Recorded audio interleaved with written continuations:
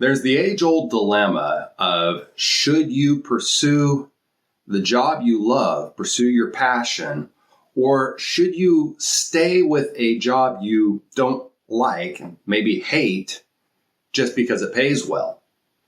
We're going to talk about this, and I'm going to present some ideas, and then you decide what's right for you. So, starting with, should you do what you love? Should you pursue your passion? And how much value does that bring you?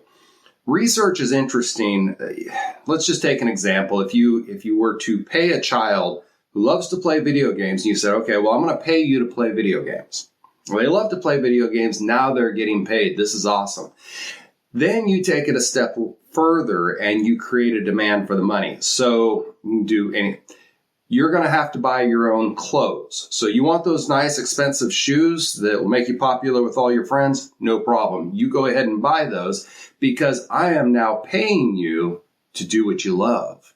So this is a great deal. You're doing what you love. You're getting paid. You can buy the fancy clothes or shoes or whatever it is that you want. You have got a sweet deal. It's perfect, right? Interesting thing that happens, though, as soon as there's a demand, as soon as we're put in a situation where, okay, the money's a requirement. It's a necessity. I have to have it. And so I'm going to go out and do what I love to get it, but now I have to do it. It's no longer a choice. And that changes everything. It's in our psychology. All of a sudden now I have to do it. I don't get to do it. I have to do it. It's a subtle distinction, but the fact that a lot of people find, now, this isn't true. We're all individuals. Everybody's different. Some people pursue a career and they love it for 20 years, and that's great.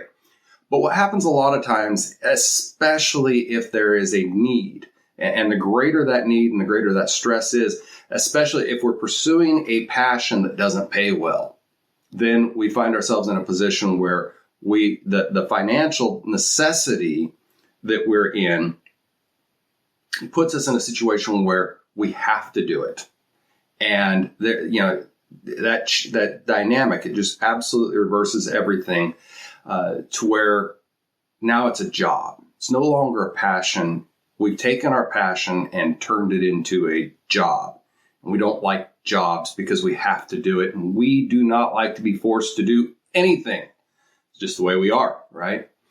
And so this takes us into the next thing, and that's should you endure a career that you hate just because it pays well? And when I was wrestling with this as a young man, my dad told me about his experience. So clear back in the 60s when he was in college, he went in to be an aeronautical engineer. And after a couple of years, he was doing well in the aeronautical engineering towards, the aeronautical engineering degree. But he realized that there was basically 3 places you could live in the 60s as an aeronautical engineer: Seattle, Los Angeles, and I think Kansas. And those were basically his options. And he said, I really don't want to live in any one of those places. And everybody was telling him, well, you should do what you love. And he said, well, when I was happiest was when I was out on the farm, just out there on the farm, working. It's peaceful, outside, fresh air. That's where he was happiest. So he changed his degree and got a degree in horticulture and became a farmer. Now, as we all know, unless you have a huge farm, farms do not pay well. And he said that he found himself in a situation where he had no choice but to do the work. And there were a lot of things that he really wanted to do, but he didn't have the money to do it, couldn't afford to do what he wanted to do. The other things, skiing, traveling, any number of things that he would love to do, boating, all this stuff. The great interest that he had, but all those things take money, and he didn't have money because he wasn't a big-time farmer, right? Small farms, they pay the bills, but that's about it. And so that was his struggle. And he said, had he had it to do all over again, he would have done what paid well so that he had the money to go do the things that he loves. He said, if you have the money, you can do all those other things. And so that was his advice. So let's weigh out those two options there. But now there is a third thing that I have learned since then that I want to present to you. And this is this idea that we are always told that we have to choose between this or that. And you'll find out, if you listen to this, if you start paying attention, the whole world is trying to get you to choose this or that. This or, if you had to choose, would you choose this or this? You're going to have to get this question. You probably asked other people this question. If you had to choose. And my brain is structured to always try to figure out, okay, well, why do I have to choose? Why can't I have this and that? And so if we take a look at this, then I need a good career that pays well. I need to pursue the money, because then if I have the money, I can do the things that I love to do.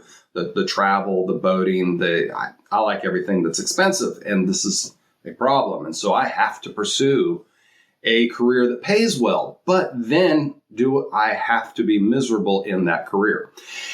And so if we change our reward structure back to the example of the child in the video game, right? They're getting paid to do what they love, but we set up a reward structure and it becomes a job.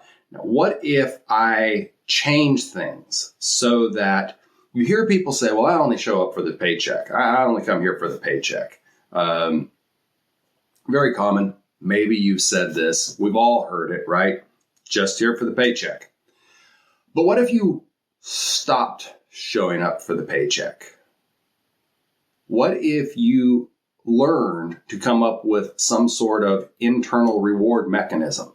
So doing your job wasn't about the paycheck. The paycheck was just a nice little bonus that they throw on. That's not why you show up. You show up for that internal reward. And it's the same thing as the reason why people love playing video games. Great video game designers have set up so you're getting dopamine hits on a regular basis. And it's this massive dopamine rush, which is why video games are so addictive and people spend so many hours playing them. And so my suggestion to you is, if you can restructure your job to where you show up for the internal rewards, if you set it up so that you are getting those dopamine hits all day long, every day, then all of a sudden you've completely reversed the entire world. Your whole world completely changes, because now you are doing what you love and getting paid well for it, and it never turns into a job because it's an internal reward system, not an external reward. The great pay, it's just gravy. That's awesome. That enables me to enjoy a bunch of other stuff as well. And most of us love variety, right? And so I enjoy this, and then this enables my work. I enjoy my work, and my work pays me well, so I can go enjoy a bunch of other things, and so it's just all good. Okay, hopefully I gave you a new way to think about things, something to work on, and I didn't give you the complete answer. You need to follow along, because we're going to go into this deeper on exactly how do you arrange those internal reward structures. But for this video, I just wanted to get the idea of stop struggling with trying to choose between two things. It's a false dichotomy. It is possible for you to have both. And with that idea, think about it. Stay tuned for future videos, because we're going to go into the mechanisms on how to set up those internal reward structures.